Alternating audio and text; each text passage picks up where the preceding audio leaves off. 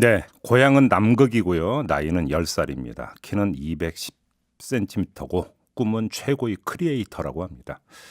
누굴 얘기하고 있는지 우리 애청자 여러분은 아마 대충 감 잡으셨을 것 같은데요. 요즘 한국의 최고의 인기 캐릭터죠. 펭수 이야기인데요. 이 최근엔 외신에서까지 펭수의 인기를 조명을 했다고 하지 않습니까? 정말로 선풍적인 인기를 끌고 있는데 근데 따지고 보면 펭수만이 아니라 아기 상어도 있었고요. 또 해외에서 온 겨울왕국 엘사까지 있었습니다. 최근 우리나라에서 유독 캐릭터들이 큰 사랑을 받고 있는데 자, 이런 현상을 어떻게 봐야 되는 걸까요? 이분 연결해서 한번 좀 도움 말씀 들어보려고 하는데요. 어찌 본다면 원조일 겁니다. 원조 스타 펭귄 하면 뽀로로 아니겠습니까? 이 뽀로로의 아빠로 통하는 분입니다. 최종일 아이코닉스 대표 전화로 잠깐 만나보죠. 대표님 나와 계십니까? 네, 안녕하세요. 네. 최정일입니다. 네. 요즘 뽀로로는 잘 있어요? 아, 물론 잘 있습니다. 그 전에, 네. 국내 지상파 TV를 통해서 네. 이 어린이들하고 만났다면, 네. 지금은, 물론 이제 지상파 TV도 계속 통해서 방송이 되고는 있지만, 음흠. 유튜브나 그 밖에 네. 그 글로벌 플랫폼 등을 통해서, 음. 계속 신작들이 소개되고 있습니다. 아, 그렇군요. 근데 이 펭수가 지난 10월에 MBC 라디오 여성시대에 출연한 적이 있었는데요. 이때 뭐라고 네. 얘기를 했냐면 한국에 뽀로로가 있다는 소식을 듣고 남극에서 왔다. 그러니까 아, 이제 네. 그 이 원조는 뽀로로라고 하는 것을 인정을 했었는데 어떻게 받아들이세요? 저도 네. 굉장히 좀 이 괴팍한 이 펭귄 캐릭터가 나왔다라고 해서 네. 굉장히 유심히 보고 있습니다. 아, 그래요? 자, 펭수 캐릭터를 우리 뽀로로 아빠님께서는 어떤 식으로 분석을 하세요? 그 캐릭터의 그러니까 핵심이 뭐라고 보세요? 일단은 그 캐릭터의 속성이 네. 그 일반인들이 좋아하는 연예인들과 전 비슷하다고 생각을 해요. 어. 그래서 예를 들면은 가수라고 한다라고 하면 가수가 인기를 끌 수 있는 음흠. 여러 가지 요소가 있겠지만 가장 기본적으로 노래가 좋고 또 노래를 잘 해야 되겠죠. 네, 네. 네, 거기에다 외모까지 출중하면 더할 음. 나위가 없을 텐데, 음흠. 펭수 캐릭터도 외모도 뭔가 네. 좀 우리가 일반적으로 생각하는 펭귄이 갖고 있는 이미지와는 좀 다른 음. 특징이 있고요. 네. 그리고 네. 무엇보다도 그 펭수가 어린이들이 아니라 2030 세대들에게, 그렇다면서요? 네. 굉장히 그 사이다 같은 카타르시스를 전해주는 음. 것 같습니다.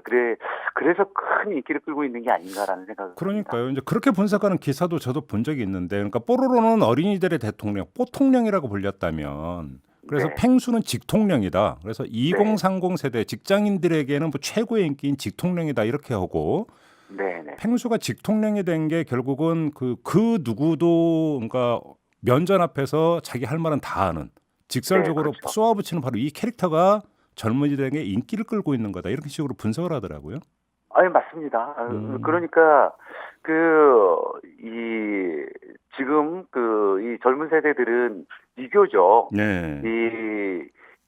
기성세대에 비해서 음. 이 자유로운 사고방식을 갖고 있지만, 네. 그럼에도 불구하고, 예, 사회생활을 시작을 하게 된다라고 하게 되면, 음. 기존에 고착화되어 있는 뭐 질서라든지, 그 세계에 들어가면서 예. 아마도 많이 답답함을 느낄 텐데, 음흠. 펭수가 네. 그 2040 세대가 갖고 있는 그러한 어떤 답답함을 아주 이 사이다처럼 시원하게 뚫어주는 음. 역할을 하다 보니까 정말 직통령이라고 하는 별명을 얻을 정도로 인기를 끌고 있는 것 같습니다. 그러니까요. 이게 결국은 이제 청년 문제를 대변하는 시대의 아이콘이다 이렇게 봐야 되는 거군요, 그러면은. 그렇죠. 맞습니다. 음. 여기서 펭귄이라는 요인은 일정하게 작용을 했을까요? 안 했을까요? 저는 뽀로로도 그렇고 펭수도 그렇고 우연히 예.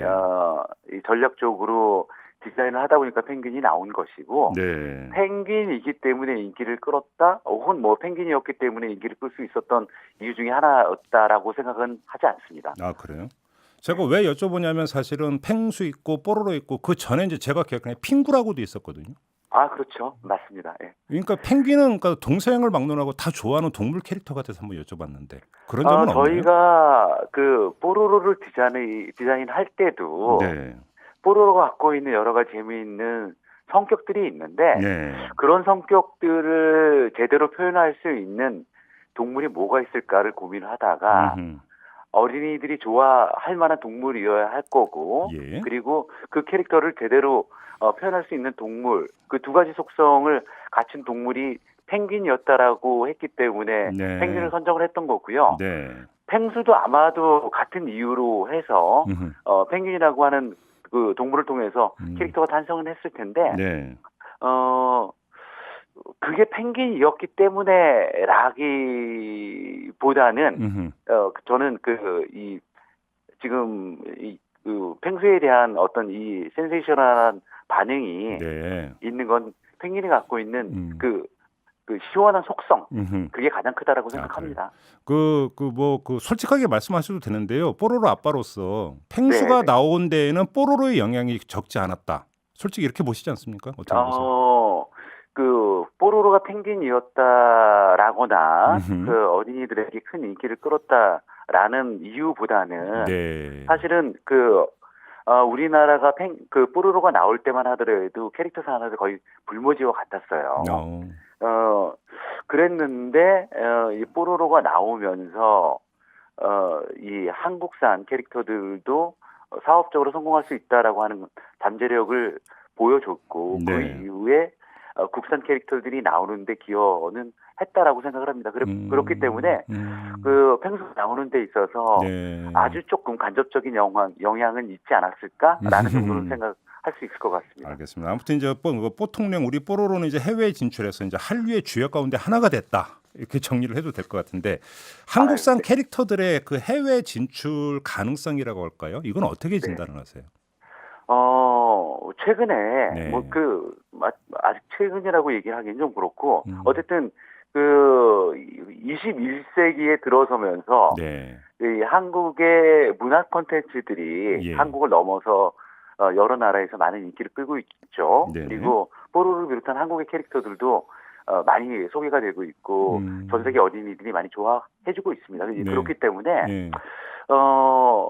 지금 그 펭수도 마찬가지고 한국의 캐릭터들도 네. 지금보다도 훨씬 더 전 세계적인 인지도가 높아지고 인기가 높아질 가능성은 저는 아주 크다라고 생각합니다. 그래요. 알겠습니다. 근데 이제 조금 전에 만약에 이제 분석대로 이 펭수의 인기 열풍이라고 하는 게 대한민국을 관통하고 있는 청년 문제가 반영이 됐기 때문이라고 만약에 본다면 네네. 펭수의 해외 진출 가능성이라고 하는 것들은 또 한편으로는 또 한계가 있다고도 볼 수 있을 측면도 있을 것 같은데 그 점은 어떻게 보세요? 펭수가 나온 지가 사실 얼마 안 됐잖아요. 그렇죠. 예. 그렇기 때문에 지금은 펭수가 어필하고 있는 포인트가 그런 어떤 기존 질서에 대한 네. 어떤 이 과감한 도전이라든지 무시 그렇죠. 예. 이런 것들이 어필이 됐다라고 하게 되면 아직까지 드러나지 않은 펭수의 매력이 저는 또 있을 거라고 생각합니다. 그런 것들이 또 우리나라가 아닌 해외에서 많이 어필할 수 있지 않을까라고 기대를 해봅니다. 그렇죠. 그러니까 결국은 캐릭터를 상징으로 해석을 한다면 상징이 되는 데는 그 시대적 이유가 있다라고 하는 걸 펭수를 통해서도 한번 확인할 수 있는 것 같아요. 네. 맞습니다. 네. 알겠습니다. 자, 오늘 인터뷰 이렇게 마무리를 해야 될 것 같습니다. 고맙습니다, 대표님. 네, 고맙습니다. 네, 지금까지 뽀로로 아빠죠. 이 최종일 아이코닉스 대표와 함께했습니다.